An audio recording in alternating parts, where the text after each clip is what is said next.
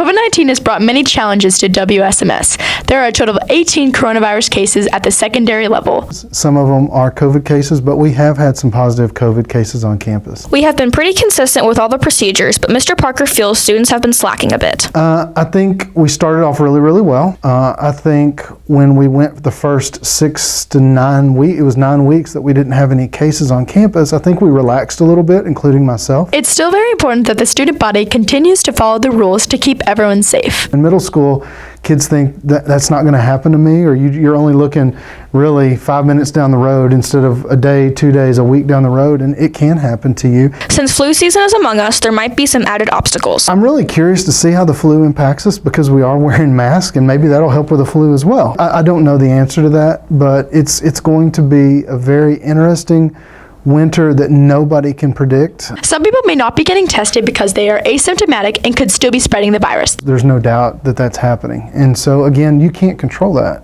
I don't fault anybody for having the virus. What I do fault people for are the ones who don't take it seriously. The symptoms with the common cold are very similar to that of COVID-19. The COVID symptoms initially anyways are so mild. It may just be a runny nose, it may just be a cough, and you think, well, and you don't feel bad.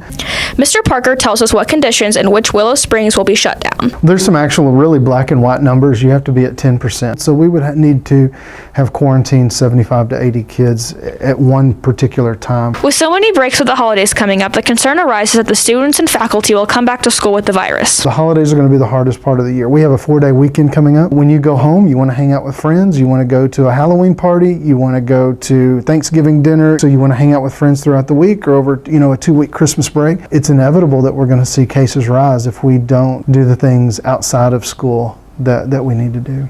Despite the difficulties and protocols that come with this new chapter, Lovejoy ISD continues to stay optimistic. This is a responsibility of everybody. Again, it just takes one case, and it just takes one time for you not to wear your mask.